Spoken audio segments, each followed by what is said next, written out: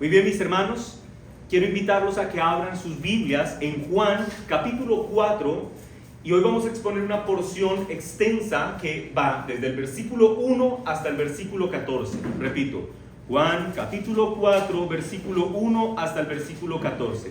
¿Estamos allí, hermanos? Amén. Amén, muy bien. El título que yo le he dado a este sermón es El agua viva, para quienes toman nota, el agua viva. Leamos la palabra del Señor, dice así las Sagradas Escrituras.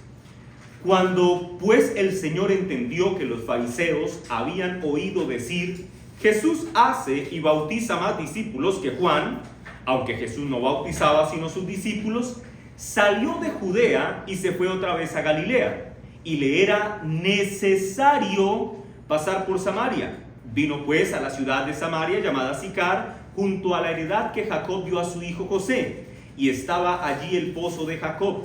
Entonces Jesús, cansado del camino, se sentó así junto al pozo. Era como la hora sexta. Vino una mujer de Samaria a sacar agua, y Jesús le dijo, dame de beber, pues sus discípulos habían ido a la ciudad a comprar de comer. La mujer samaritana le dijo, ¿cómo tú, siendo judío, me pides a mí de beber, que soy mujer samaritana? Porque judíos y samaritanos no se tratan entre sí. Respondió Jesús y le dijo, si conocieras el don de Dios y quién es el que te dice, dame de beber, tú le pedirías y él te daría agua viva. La mujer le dijo, Señor, no tienes con qué sacarla y el pozo es hondo. ¿De dónde pues tienes agua viva? ¿Acaso eres tú mayor que nuestro padre Jacob, que nos dio este pozo, del cual bebieron él, sus hijos y sus ganados? Respondió Jesús y le dijo, cualquiera que bebiere de esta agua volverá a tener sed, mas el que bebiere del agua que yo le daré, ¿qué dice el texto? No tendrá sed jamás, sino que el agua que yo le daré será en él una fuente de agua que salte para vida eterna. Amén. Mis hermanos, quiero iniciar este sermón invitándolos a considerar una realidad con la que quizá nosotros podríamos definir o caracterizar a la gran mayoría de personas que viven en el mundo. Si ustedes tuvieran que definir cómo son la gran mayoría de personas, algunos dirían las personas mienten, otros dirían no, las personas engañan, pero en general una característica que es predominante en la gran mayoría de las personas que conocemos es la insatisfacción. Si ustedes lo piensan bien, no es muy difícil, no se tiene que hacer mucho esfuerzo para encontrarse con una persona insatisfecha con lo que tiene hoy. Y la razón por la que se sienten insatisfechos es porque en sus corazones dicen, si yo tuviera un poco más de eso que quiero, entonces yo sería más feliz. Por ejemplo, alguno dice, si yo tuviera este trabajo, con ese trabajo yo sí que sería muy feliz. Otro dice, no, si yo tuviera más dinero o tuviera algo de dinero, yo sería muy feliz. Otro dirá, mira, si yo no tuviera esta enfermedad que aflige mi cuerpo, sin esta enfermedad te garantizo que sería más feliz. Otro diría, no, si pudiera viajar por muchos países y conocer paisajes maravillosos, yo sería más feliz.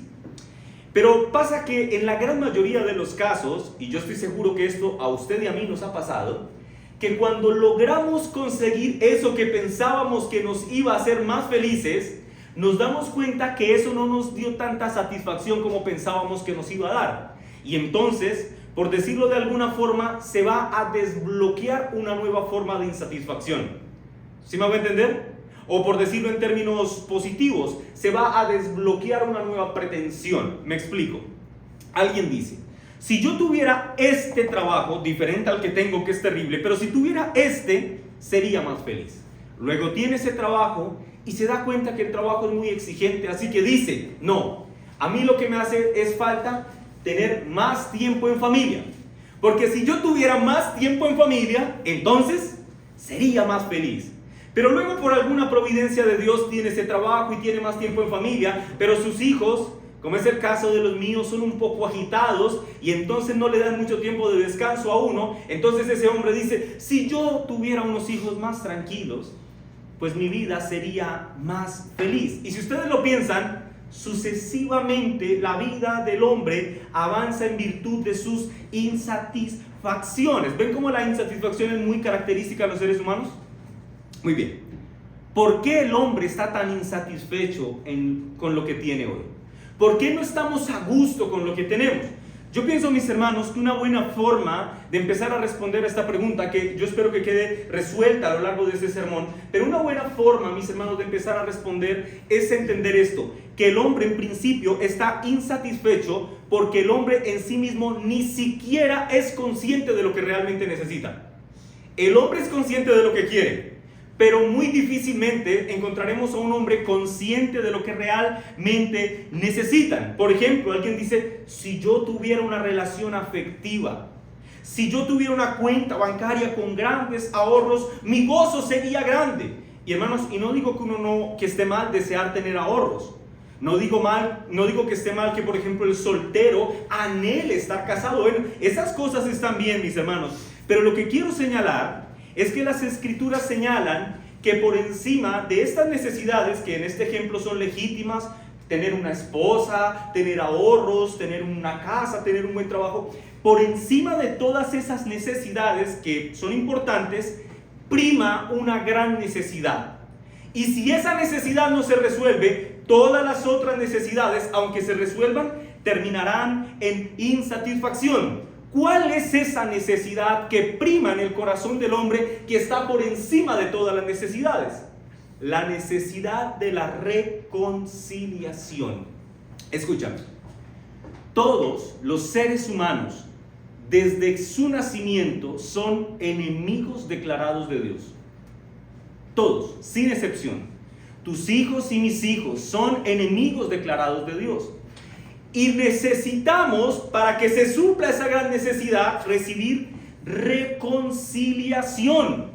Mis hermanos, podríamos entonces decir que el hombre está insatisfecho porque constantemente busca lo que quiere, pero al mismo tiempo ignora lo que necesita. Lo que quiere es un nuevo empleo, y eso está bien.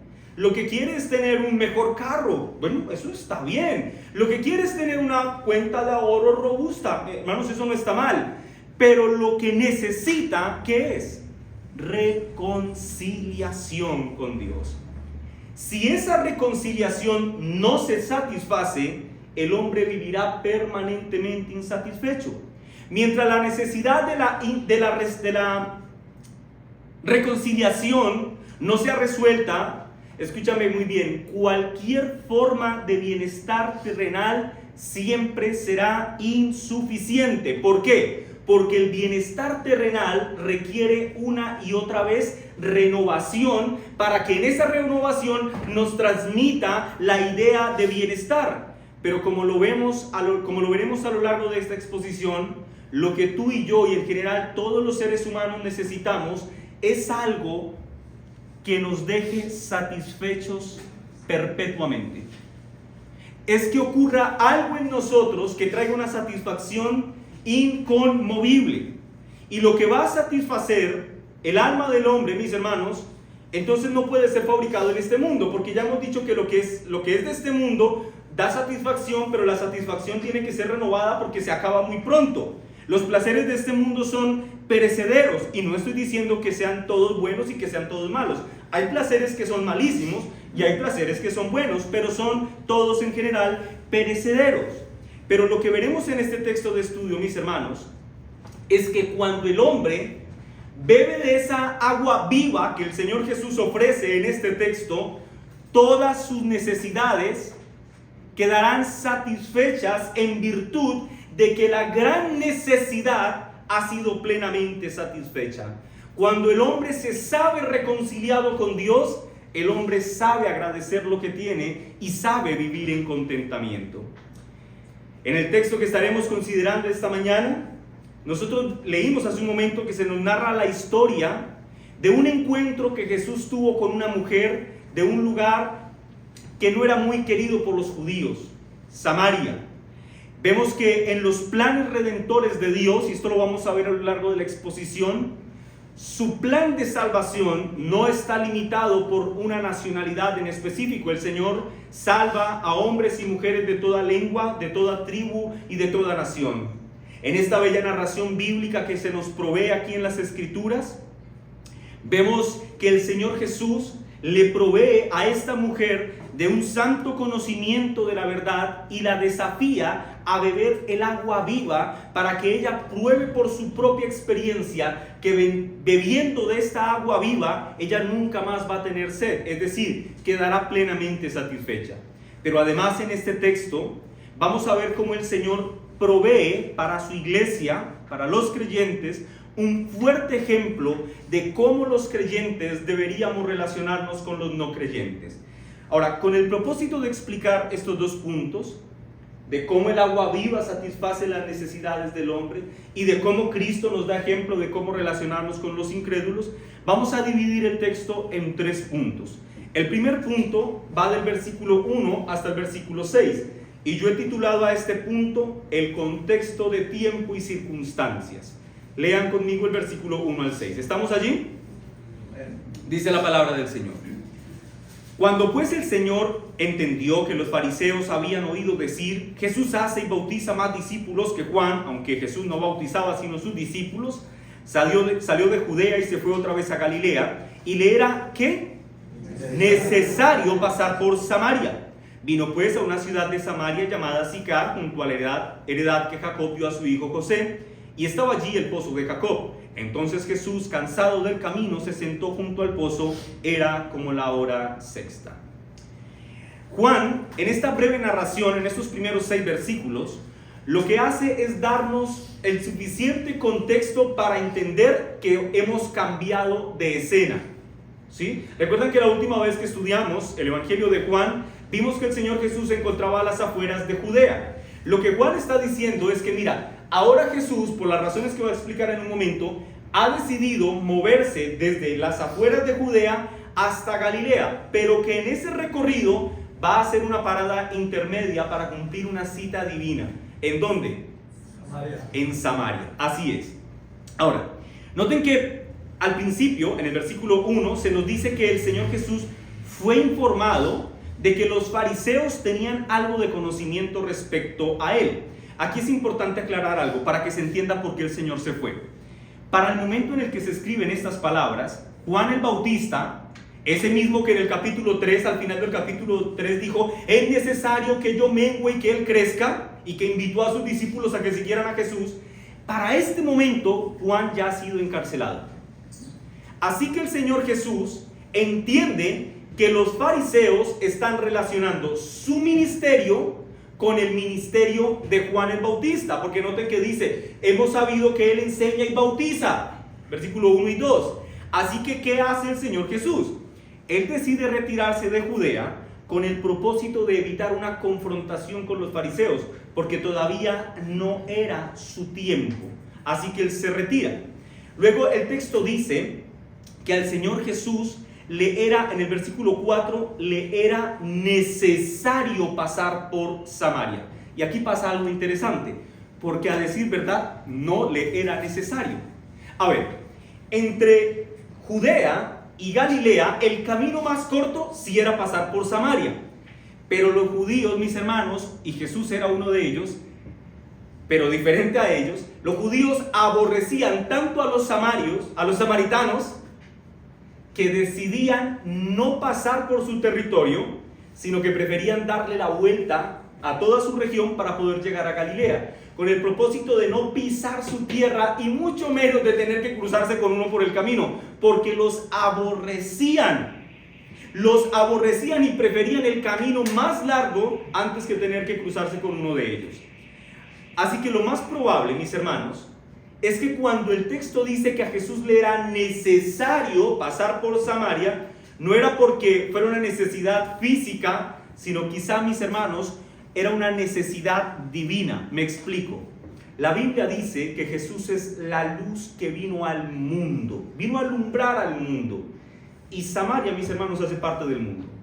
Pero Samaria era un pueblo enemigo de los judíos, Jesús no solamente era la luz de los judíos, sino que era la luz de los gentiles. Así que esta expresión le era necesario, es una necesidad divina en virtud de la naturaleza de su ministerio. Jesús vino a salvar a hombres y mujeres de toda lengua, de toda tribu y de toda nación. Entre otras cosas, eso explica por qué todos nosotros estamos aquí, que no somos judíos. Muy bien. Luego en los versículos 5 y 6 se nos informa que él llega a una ciudad llamada Sicar. Realmente cuando dice ciudad no piensen que era una gran ciudad, ni siquiera una ciudad pequeña como Palmira, no, era una pequeña aldea. Y dice que se sentó al lado de un pozo, del cual se extraía el agua para beber, pero acá hay algo interesante. No voy a poder entrar en todos los detalles veterotestamentarios que tiene el texto, solamente voy a mencionar los asuntos más importantes, pero un detalle importante es este. Este pozo de Jacob no estaba propiamente en Sicar, estaba aproximadamente a 1 kilómetro. No era el lugar más cercano del cual se podía extraer agua. Ahora, hay otro detalle importante que voy a resaltar aquí. Pero tengan eso en mente, no era el lugar más cercano, tengan eso en mente. Otro detalle, el texto nos indica que el Señor Jesús se sentó en este lugar por una razón. ¿Por qué se sentó en el pozo, al lado del pozo? Porque estaba cansado del camino. Y Juan, en esta expresión, cansado del camino, quiere enfatizar algo, mis hermanos, que es sorprendente, y es la humanidad de Jesús. Y digo que esto es sorprendente, mis hermanos, porque si ustedes han estado atentos a todas las exposiciones que hemos hecho, quizás 17 o 18 exposiciones del Evangelio de Juan, habrán notado que Juan ha enfatizado una y otra vez la divinidad de Jesús. Pero en este caso quiere dejar claro que aquel que es plenamente Dios, el Verbo que se encarnó, es al mismo tiempo plenamente hombre, con todo lo que eso supone en cuanto a las limitaciones humanas. Sí, él estaba cansado. De hecho, en el original esta expresión transmite la idea de alguien que lleva los pies polvorientos y va sudando. O sea, iba rendido del cansancio y se sentó a descansar. Otro detalle muy importante, ya van a ver por qué, que menciona el texto, es el tiempo en el que esto ocurre. ¿A qué horas pasa esto? A la hora sexta. La hora sexta significa 6 horas después del amanecer. Es decir, si amanece a las 6 de la mañana, ¿qué horas eran? Las 12 del día. Y este es un detalle muy interesante, mis hermanos, porque es la hora en la que más fuerte está el sol. El texto nos dice que una mujer llegó a mediodía a sacar agua del pozo. Escúchenme por favor con atención, no se distraigan. Sacar agua del pozo no es una tarea inusual de las mujeres. De hecho, dentro de esta cosmovisión, el sacar agua del pozo era una tarea que ellas hacían. Pero lo inusual es que lo hicieran a mediodía. Generalmente ellas iban a sacar agua del pozo o muy tempranito en la mañana o muy tarde en el día con un propósito: evitar el sol incandescente a 35 grados sobre ellas. ¿Por qué esta mujer va a mediodía? Porque ella no quería encontrarse con nadie. Y como lo veremos en el siguiente sermón, esta mujer samaritana no gozaba de muy buena reputación entre la gente de su pueblo. Era muy mal vista y su moral no era la mejor, que digamos. Así que ella, con el propósito de no encontrarse con otras mujeres, va a mediodía. Ahora bien, ya que he explicado muchos detalles y espero que todos tengan claro el contexto, pero antes de pasar a explicar el siguiente punto, que es el encuentro entre Jesús y la mujer samaritana, quiero explicar algo que sin esto nada de lo dicho tendría mucho sentido, y es por qué los judíos odiaban tanto a los samaritanos y por qué los samaritanos, porque esto era recíproco, odiaban tanto a los judíos. Porque si no se entiende esto, mis hermanos, no vamos a entender por qué era tan sorprendente la escena que vamos a leer. Y la historia de esta rivalidad entre samaritanos y judíos empieza muchos siglos antes de la escena que estamos leyendo. Esta escena empieza allá en el reino del norte, es decir, en Israel, cuando en el 722 es conquistado por los asirios y son llevados al exilio, 722 a.C., y son llevados al exilio. Los asirios, cuando se llevan a los judíos que habían en esta zona, repoblaron esta zona con personas de otras regiones que también habían conquistado, todos ellos paganos. No obstante, no se llevaron a absolutamente todos los judíos, dejaron a los más pobres para que labraran la tierra. El resultado de esto es que hubo una mezcolanza entre las personas que trajeron de otras partes y los judíos, porque ellos terminaron relacionándose y teniendo familias, pero a nivel de la religión, esto digamos que tuvo sus consecuencias. Los judíos son una religión monoteísta, ¿cierto? Oye Israel, Jehová tu Dios uno es. Pero los que venían de otras partes, pues eran politeístas, creían en muchos dioses. Y esto claramente iba a tener un impacto en la forma de entendimiento de la religión que ellos tenían. De hecho, algunos dicen, surgió una raza mixta con una religión mixta. Pero más adelante, la historia, después de esta repoblación, nos dice que el judaísmo monoteísta terminó por imponerse y fue como declarada como la religión oficial del reino del norte. Sin embargo, no como había sido hasta ese momento. Es decir, después de esa mezcolanza no quedó completamente saludable el judaísmo, sino que fue, digamos, de alguna forma alterado. Tanto que los samaritanos, esta raza de hombres mixtos, rechazaban todos los escritos de los profetas. Particularmente rechazaban con vehemencia los escritos por Salomón, los escritos de los reyes y los escritos históricos como crónicas. ¿Por qué? Porque en estos escritos se narra cómo ellos son una raza mixta. Entonces no querían hablar mucho de esos escritos y a su vez eso los obligó a rechazar los libros de sabidurías como Salmos, Proverbios, etc. En esencia, los samaritanos, aunque eran una religión monoteísta, creían particularmente en los 5 primeros libros de la Biblia: Génesis, Éxodo, Levítico, Deuteronomio y Números. Lo dije en desorden, pero son esos, ¿cierto? Ok, ellos creían en el Pentateuco. Pero no solo esto, se alteró tanto la religión entre los samaritanos, que construyeron un nuevo templo para la adoración a Jehová. Ustedes saben en dónde estaba el templo. En Jerusalén, exactamente. Pero ellos dijeron, no, nosotros vamos a construir un nuevo templo. Y lo rechazaron y lo construyeron en la cima del monte Gerizim. ¿Qué hicieron los judíos, los del reino del sur, frente a este acto de irreverencia? Pues levantaron su voz de protesta y rechazaron como legítima cualquier adoración que se pudiera levantar en este lugar.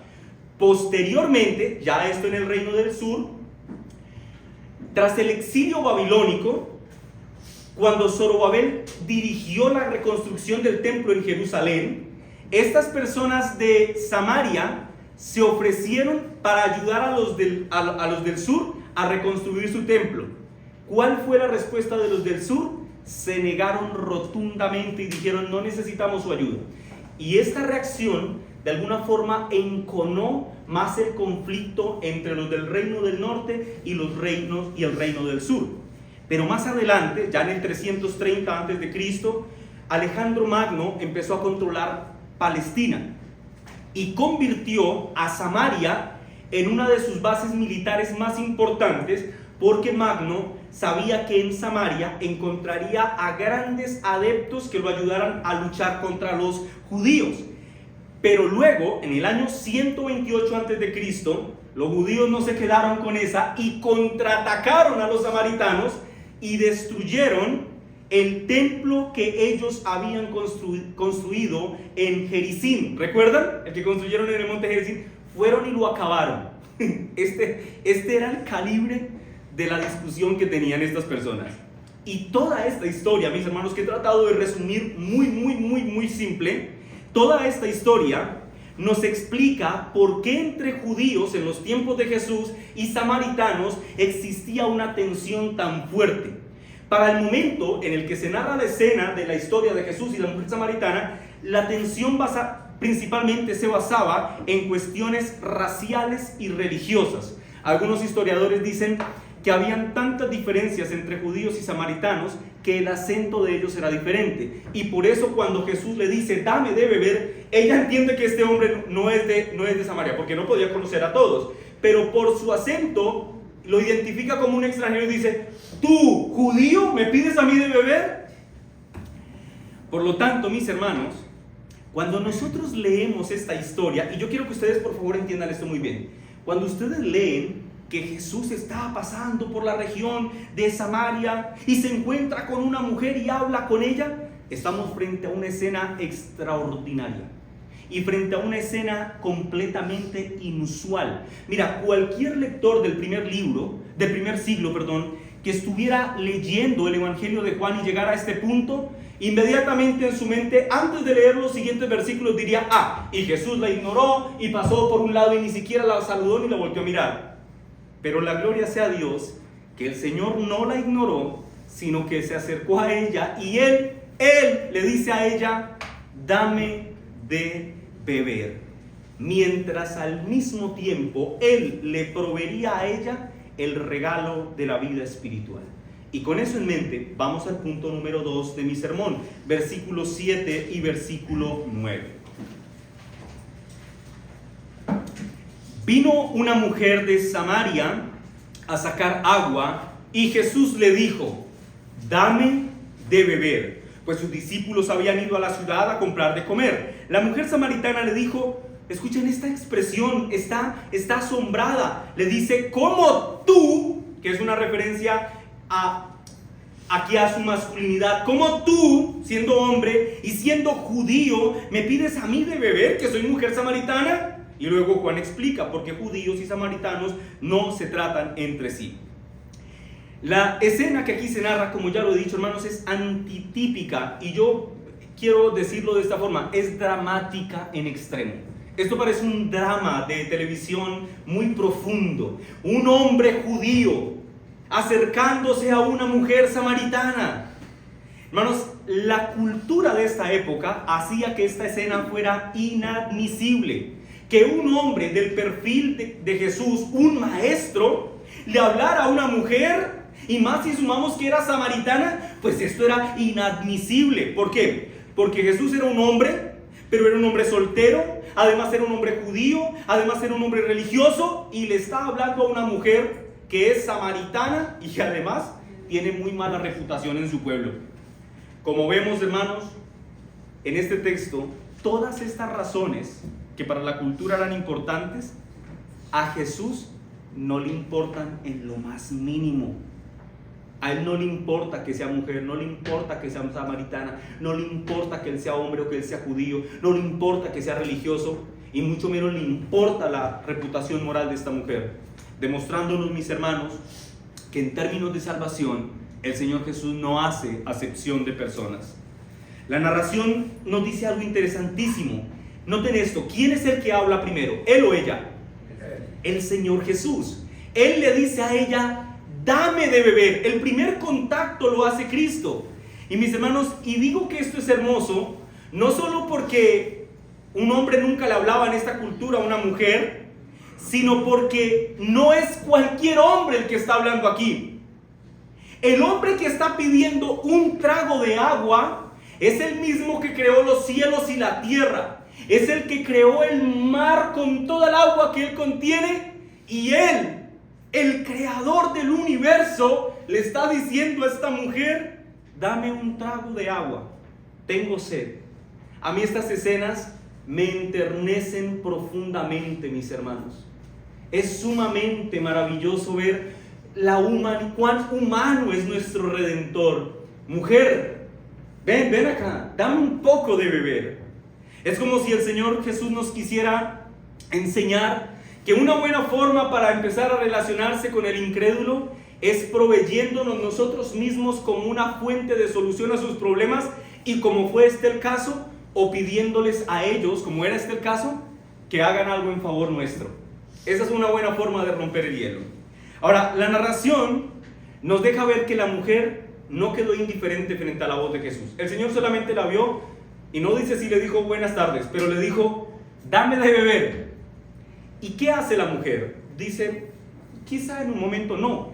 Ella se sobreexalta y queda sorprendida y le dice al Señor: ¿cómo tú, que eres judío, me estás pidiendo a mí que te dé un poco de beber, que soy mujer samaritana?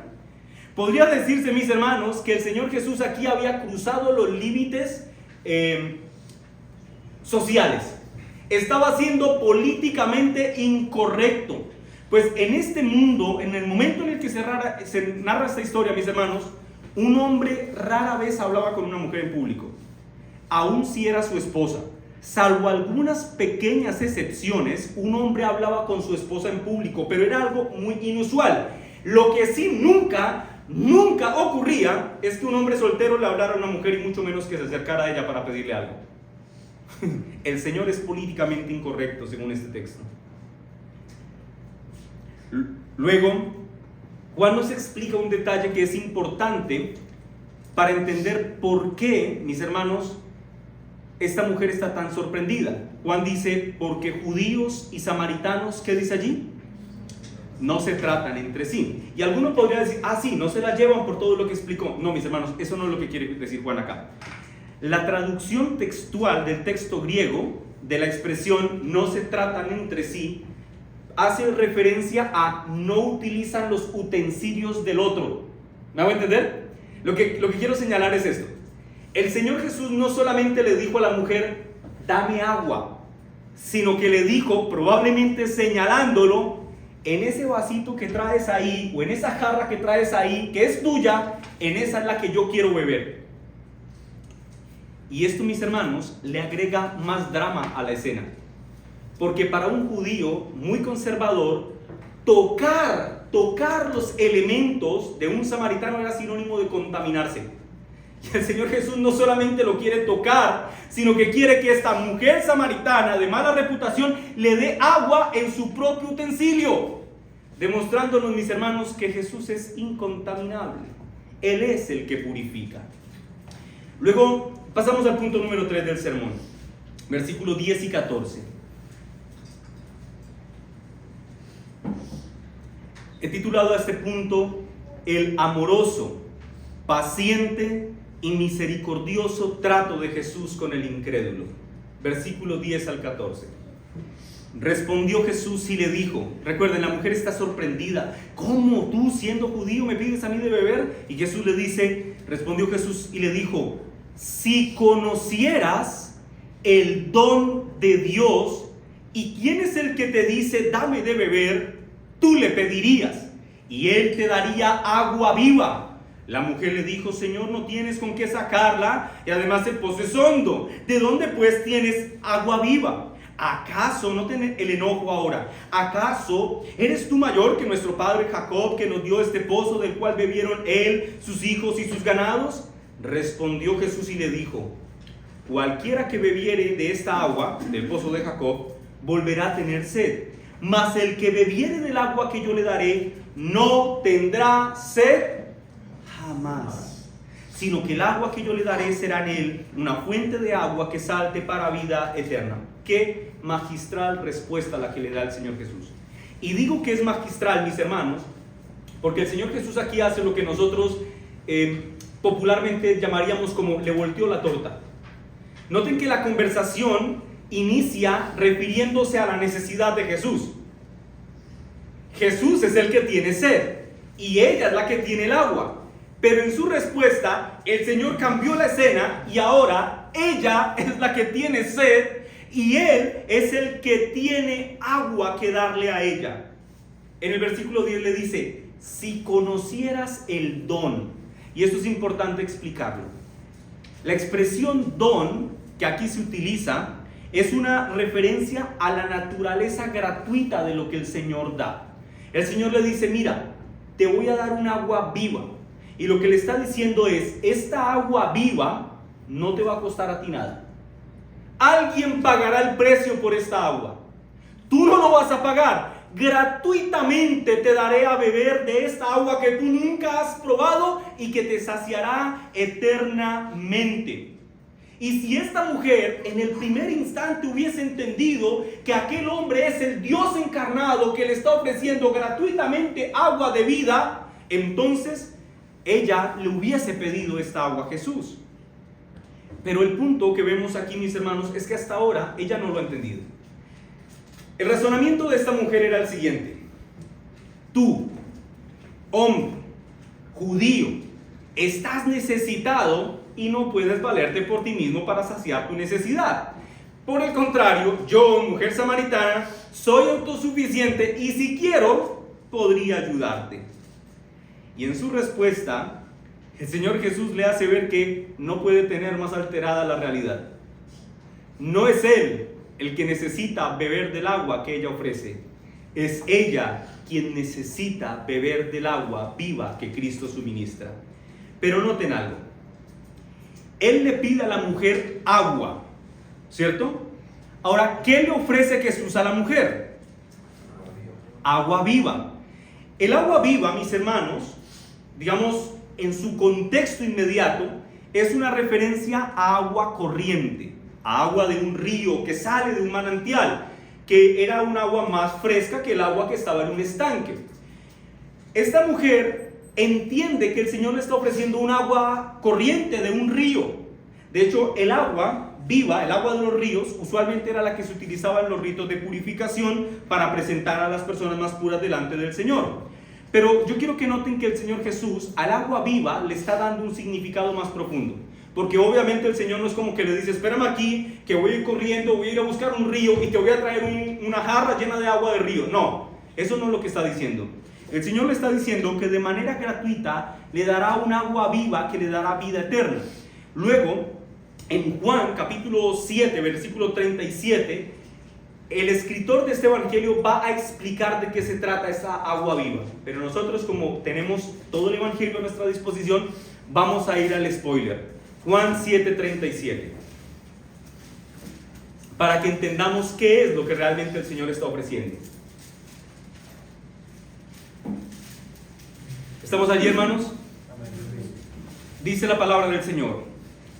En el último gran día de la fiesta, Jesús se puso en pie y alzó la voz diciendo: si alguno tiene ¿qué? Sed, venga a mí y beba. El que cree en mí, como dice la Escritura, de su interior correrán ríos ¿de qué? Agua viva. Ahora mira lo que dice el versículo 39 para explicar qué es esa agua viva. Esto dijo del Espíritu que habían de recibir los que en él creyesen, pues aún no había venido el Espíritu Santo.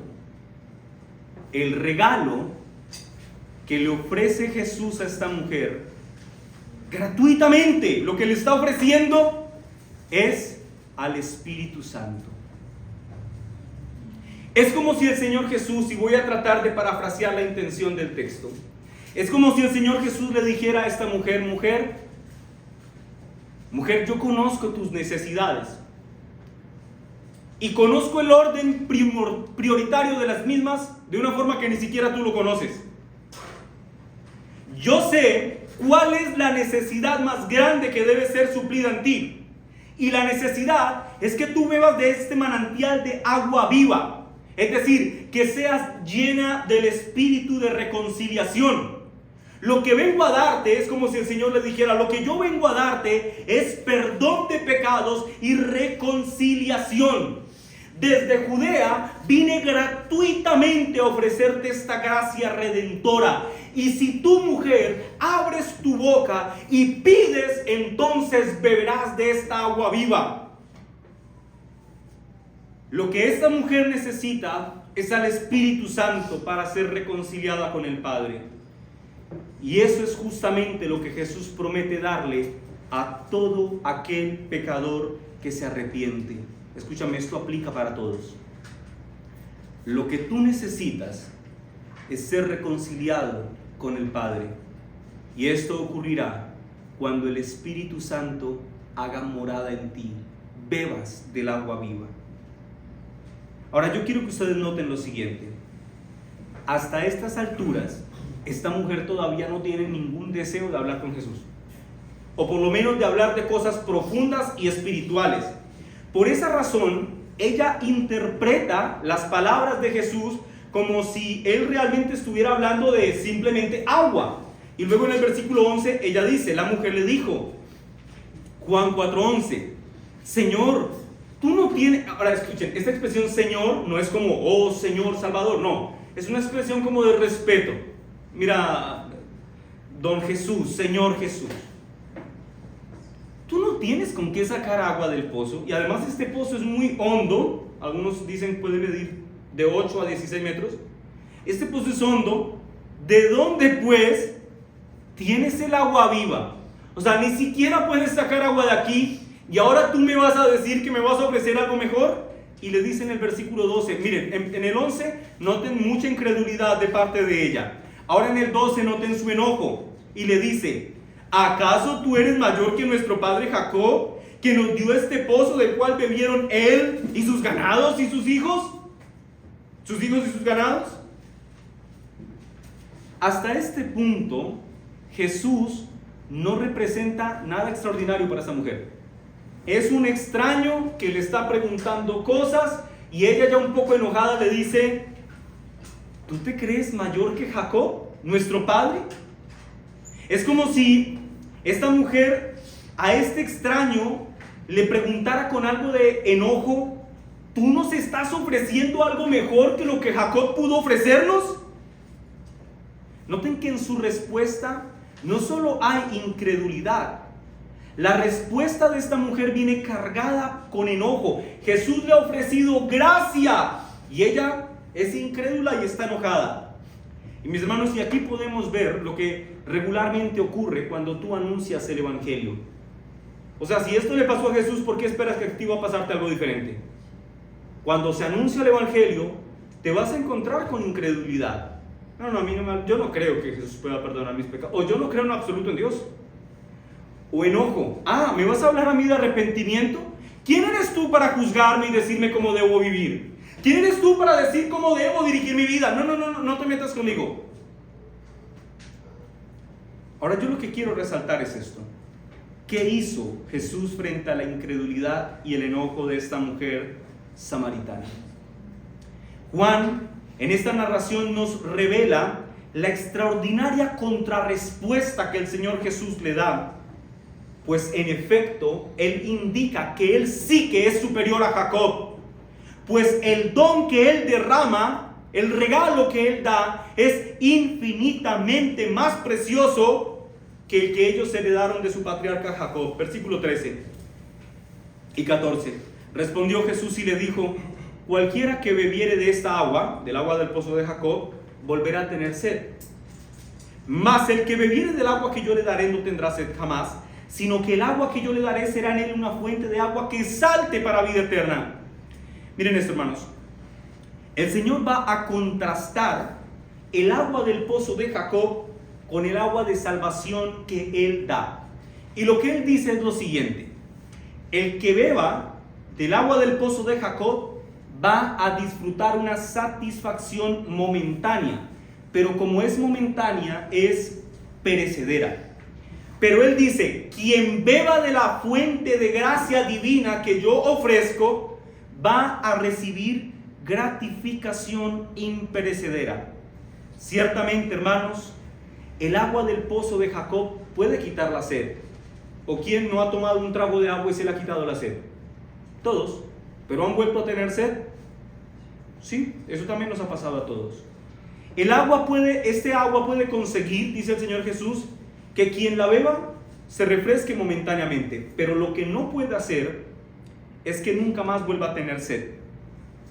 Por su parte, el agua que Jesús da se caracteriza porque aquel que la bebe quedará satisfecho permanentemente. En otras palabras, una vez que el agua viva está dentro de una persona, ésta se convierte en una persona alegre, vital, feliz y contenta con lo que el Señor le ha dado.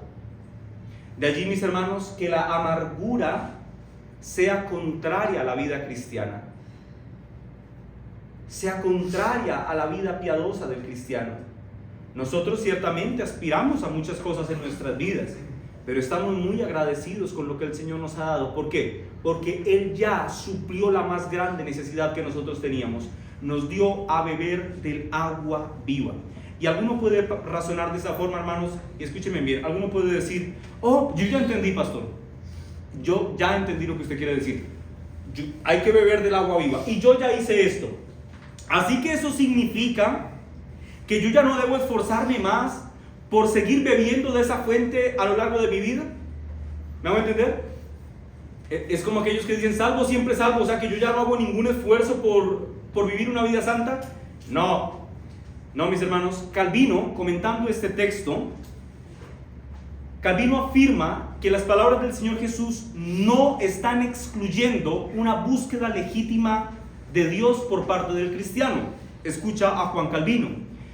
Dice: las palabras de Cristo no contradicen el hecho de que los creyentes hasta el final de sus días deseen ardientemente buscar una gracia más abundante, porque el texto no dice que bebemos y estemos satisfechos desde el primer día, sino que el Espíritu Santo es un pozo que fluye constantemente.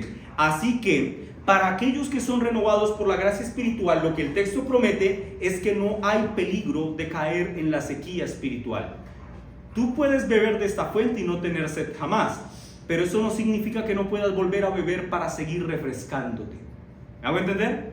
Nosotros bebemos y somos saciados, somos refrescados, no hay más sed, pero podemos beber una y otra vez de la fuente del Espíritu Santo para ser fortalecidos diariamente en el Señor.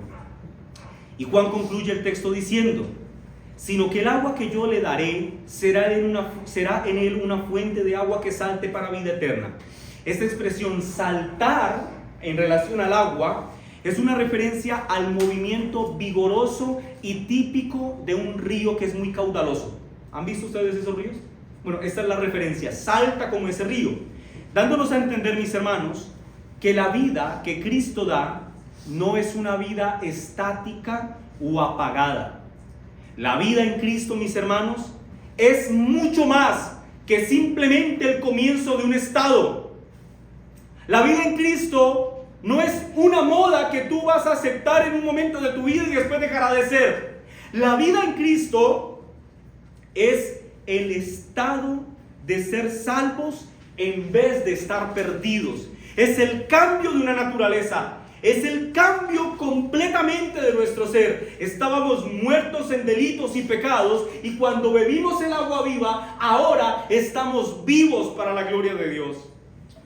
La vida en Cristo es una vida abundante, es una vida gloriosa, es una vida de alegría.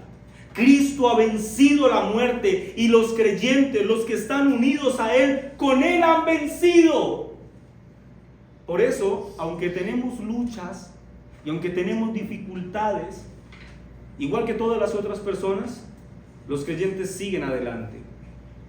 Esta mañana hablaba con mi esposa sobre el sufrimiento y concluíamos que todos los hombres sufren sobre la tierra, creyentes y no creyentes. Pero lo que diferencia al creyente del no creyente es que el incrédulo sufre con desesperanza. Sufre y eso es todo lo que tiene. Pero el creyente, mis hermanos, sufre sabiendo que avanza hacia una patria celestial. Escúchame muy bien, amigo que estás en este lugar. Si tú estás sin Cristo, si tú no estás reconciliado con el Padre por medio del Hijo, escúchame, esta es tu terrible realidad. Estás muerto. Estás muerto en delitos y pecados. Eso es lo que la Biblia dice. Y la Biblia dice que el hacha está puesta a la raíz, y que todo árbol que no dé buen fruto será cortado y echado al fuego. Si tú estás sin Cristo, esta es la terrorífica realidad que te espera. Y si ese es tu caso, yo quiero animarte, quiero suplicarte que vengas hoy a Cristo y recibas el regalo del agua viva que Él ofrece. Este ofrecimiento de agua viva que se le hizo a la mujer samaritana no era exclusivamente para ella, es para todo aquel que se arrepiente y cree. ¿No me crees que esto sea así? Ven y compruébalo por tu propia experiencia. Tú has pecado y tú eres convicto de la ira de Dios. Y la Biblia dice que para el pecador no arrepentido todo lo que espera es una horrenda expectación de juicio.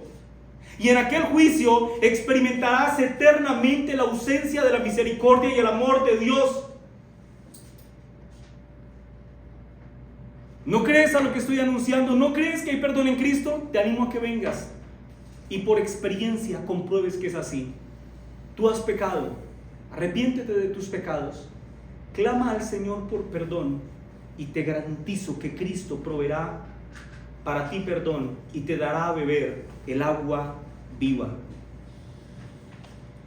El Señor quiere, mis hermanos, a través de este texto, que nosotros dirijamos nuestra mirada hacia nosotros mismos y entendamos que nuestra mayor necesidad solo puede ser resuelta por Cristo.